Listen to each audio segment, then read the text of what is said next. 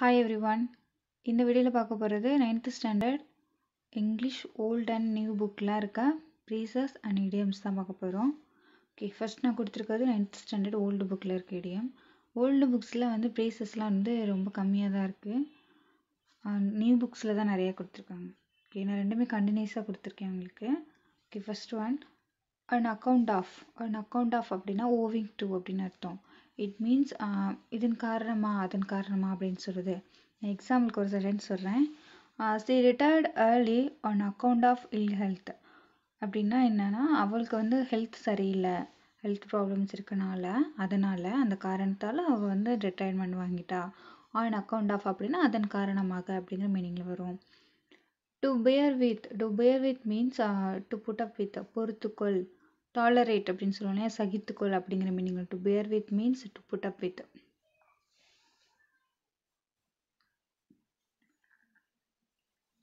Okay, next one. In the midst of, it means in the middle of. midst of அப்படின்னா middle of அர்த்தம், மத்தியில் நடுவில் அப்படிங்கிற மீனிங்ல வரும். எக்ஸாம்பிள் சொல்லணும்னா we are in the midst of forest அப்படின்னா நாங்கள் வந்து ஃபாரஸ்ட்டுக்கு நடுவில் இருக்கோம் அப்படிங்கிற மீனிங்ல வரும். Okay, fourth one. To be accustomed to. To be accustomed to means to get used to. used to அப்படிங்கிற வேர்டு வந்து நம்ம அடிக்கடி யூஸ் பண்ணுற வேர்டாக தான் இருக்கும். அது பழக்கமான ஒன்று, எனக்கு இது வந்து வழக்கமான ஒரு விஷயம் தான் அப்படின்னு சொல்லிட்டு தான் யூஸ்டு டு அப்படிங்கிற வார்த்தை யூஸ் பண்ணுவோம். ஐ யூஸ் டு திஸ் இந்த மாதிரி விஷயத்துக்குலாம் எனக்கு பழக்கமான ஒன்று தான் அப்படின்னு சொல்கிறதுக்கு யூஸ் பண்ணுவோம். Next one. To take a new turn. It means to begin a new course. புதிதாக தொடங்குறது அப்படின்னு அர்த்தம். இது நமக்கு பார்த்தாலே ஈஸியாக மீனிங் தெரிஞ்சிடும். To take a new turn means to begin a new course. bereft of, it means deprived of, இழந்த. லேக் ஆஃப் சம்திங், ஏதோ ஒன்று இழந்துறது தான் வந்து என்ன, it means bereft of means deprived of. Okay, அடுத்து 9th நியூ புக்கில் இல்லை, ஓல்டு புக்கில் வந்து ஒரே ஒரு தேர்ட் டேர்ம் புக்கில் மட்டும்தான் ப்ரைஸஸ் இருந்தது, அது மட்டும் நான் கொடுத்துருக்கேன். ஓகே, நியூ புக்கில் தான் நிறையா இருக்குது. ஓகே, இது 9th புக்கில் நியூ புக்கில் இருக்க idiom. First one, blood runs thicker than water. நான் இடியம்க்கும் ப்ரேசஸ்க்கும் என்ன டிஃப்ரென்ஸ் அப்படிங்கிறத முன்னாடி உள்ள வீடியோலேயே சொல்லியிருந்தேன். இடியம் அப்படிங்கிறது it's a type of phrase தான். பட் என்ன அப்படின்னா இடியம் அப்படிங்கிறத நம்ம டிரான்ஸ்லேட் பண்ணும்போது வந்து அது நேரடி அர்த்தம் வந்து வேறையாக இருக்கும். நேரடி அர்த்தம் பண்ணால் அதோட உண்மையான அர்த்தத்தை நம்ம புரிஞ்சுக்க முடியாது. அதை வந்து நேட்டிவ் ஸ்பீக்கர்ஸ் தான் அதிகமாக யூஸ் பண்ணுவாங்க. அதோட மறைமுகம் அர்த்தம், உண்மையான அர்த்தம் வேறையாக இருக்கும். அதுதான். ஓகே, நெக்ஸ்ட் பாருங்கள். Blood runs thicker than water. இதோட அர்த்தம் என்ன அப்படின்னா family members have stronger applications with each other than with people outside of the family. அதாவது ஃபேமிலி மெம்பர்ஸ் வந்து அவங்க ஃபேமிலியில் இருக்கவங்க கூட வந்து அவ்வளோ வந்து அன்பாக இல்லாமல் மற்றவங்க கூட அன்பாக இருக்கிறத எப்படி சொல்லுவாங்க அப்படின்னா இடியம்ல blood runs thicker than water.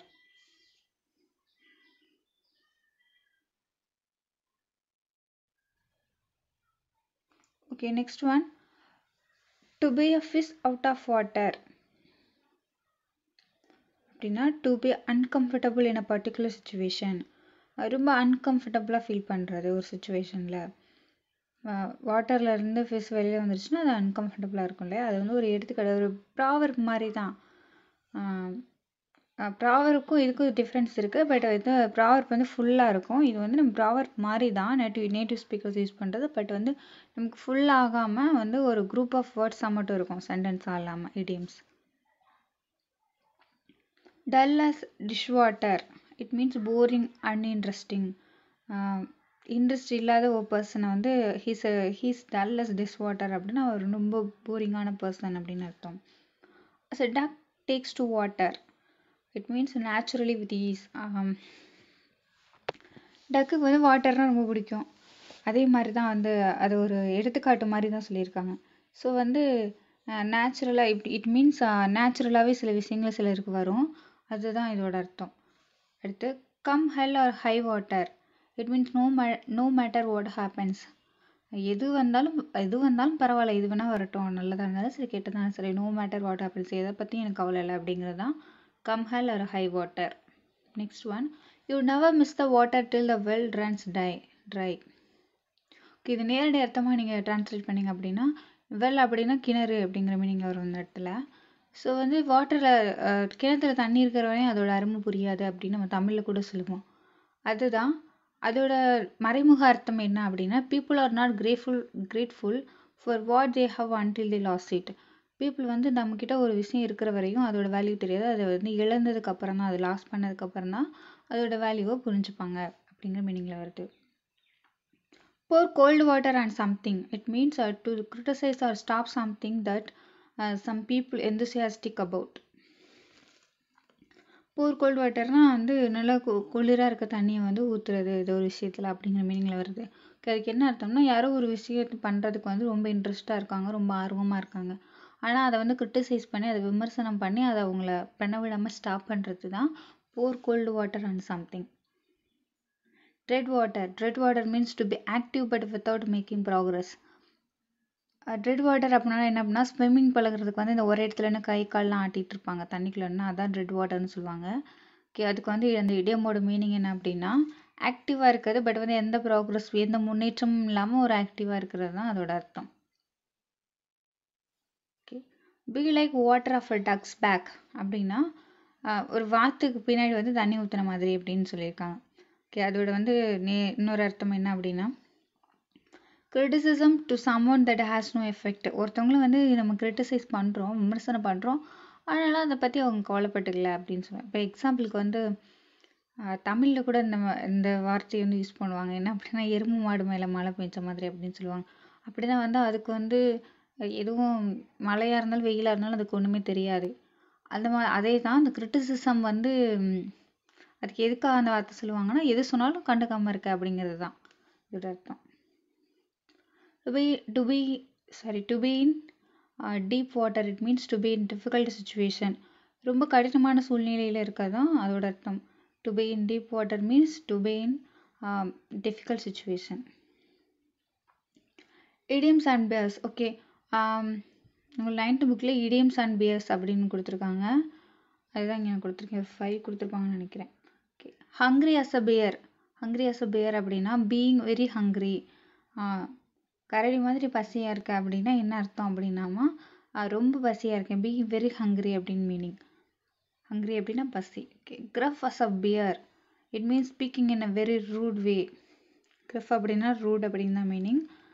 கிரஃப் as a bear அப்படின்னா ரொம்ப வந்து ரூடாக இருக்க அப்படின்னா, ரொம்ப ரூடாக இருக்க, speaking in a very rude way.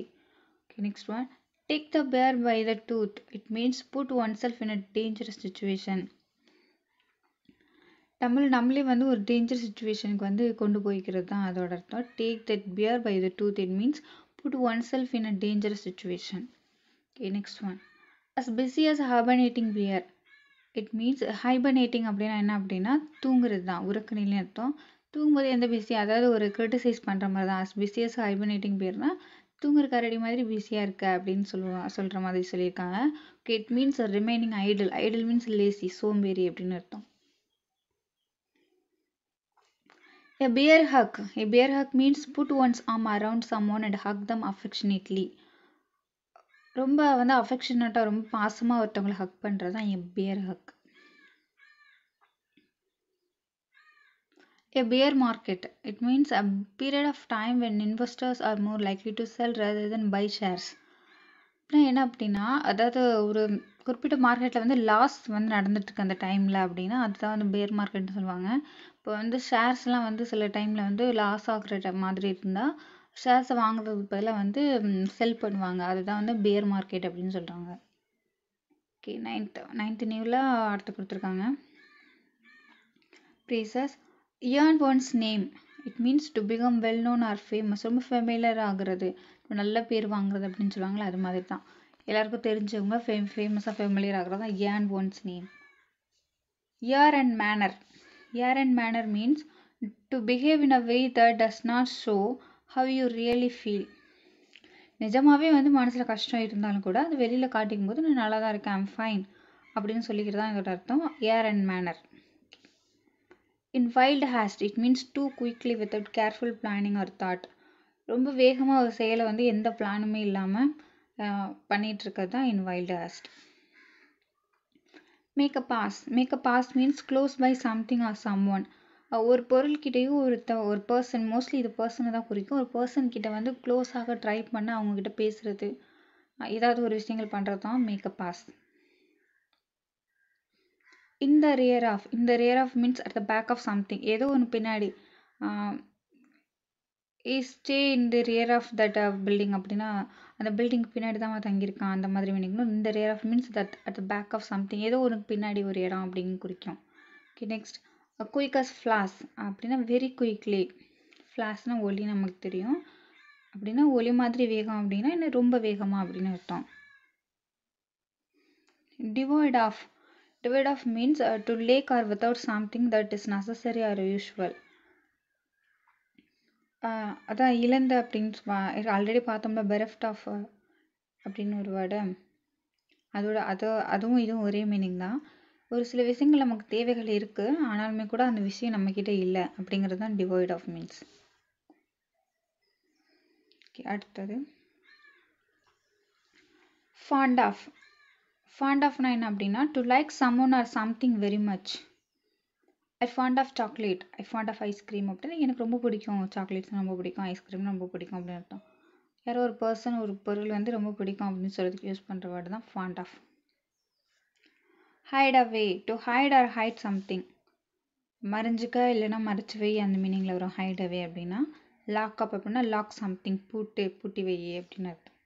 Loft அட்னா market அப்படிங்கிற இன்னொரு வேர்டும் இருக்குது இதுக்கு. அப்படின்னா என்ன அப்படின்னா criticize, to say unkind things about someone, ஒருத்தவங்களை வந்து விமர்சனம் பண்ணி அவங்கள பார்த்து சிரிக்கிறது, அந்த மாதிரி விஷயத்தை தான் லாஃப்ட் அட் மார்க்கெட் அப்படின்னு சொல்லுவோம்.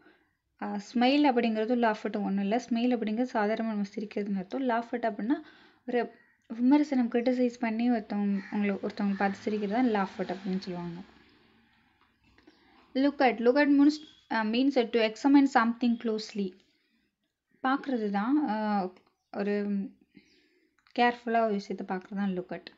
Bring up, look after a child until he becomes an adult. Bring up அப்படிங்கிறது நம்ம அடிக்கடி யூஸ் பண்ணுற வார்த்தை தான். ஒரு குழந்தை வந்து சின்ன வயசுலேருந்து வளர்த்து அவங்கள வந்து பெரியவங்களாக்குறது, அதுதான் பிரிங் அப் அப்படின்னு சொல்லுவாங்க. கேவ் அப் மீன்ஸ் கேவ் அப்போட பாஸ்ட் டென்ஸ் தான். சரண்டர், டு ஸ்டாப் ட்ரைங், விட்டு கொடுத்துறது, முயற்சி பண்ணுறது விட்டுறது, அதுதான் அதோட அர்த்தம். அடுத்தது went through means to go த்ரூவோட பாஸ்ட் டென்ஸ் இது. To look at or examine, பார்க்குறது, ஏதோ ஒரு விஷயத்தை ஃபைன் பண்ணுறதுக்காக பார்க்குறது, இல்லை சாதாரணமாக ஒரு விஷயத்தை பார்க்குறது தான் என்னென்னா went through. Finish off, to kill or destroy, இதுக்கு வந்து அழிச்சிடு, கொன்னுடு அப்படிங்கிற மீனிங் வரும். இன்னொன்று என்ன அப்படின்னா இப்போ நான் ஃபினிஷ் ஆஃப் பண்ணிடுவேன் இந்த புக்கு அப்படின்னு சொல்லுவோம்ல, அந்த மாதிரி நான் இப்போ வந்து இதை முடிச்சிடுவேன், இந்த லாஸ்ட் ஒன்று தான் அப்படிங்கிற மாதிரி. To make something end by doing one last thing, லாஸ்ட்டாக ஒரே ஒரு விஷயம் இருக்குது பண்ணுறதுக்கு, அதையும் நான் இப்போ முடிக்க போகிறேன் அப்படின்னு சொல்கிறதுக்கு யூஸ் பண்ணுவோம் அந்த ஃபினிஷ் ஆஃப் அப்படிங்கிற word. Figure out, to understand, to calculate. Figure out அப்படின்னா புரிஞ்சுக்கிறது, கால்குலேட் அப்படிங்கன்னா எது எப்படி இருக்குது அப்படிங்கிற மாதிரி ஒரு கணக்கு எடுத்து அந்த மீனிங்கில் வரும் ஃபிகர் அவுட் அப்படின்னா. ஓகே, அவ்வளோதான். இது வந்து 9th old book plus new புக்கில் இவ்வளோ ஃப்ரேசஸ் அண்ட் இடியம்ஸ் இருக்குது. ஓகே, இதோட பிடிஎஃப் நான் வந்து டிஸ்கிரிப்ஷனில் தரேன், தேவைப்படுறவங்க எடுத்துக்கோங்க. தேங்க்யூ.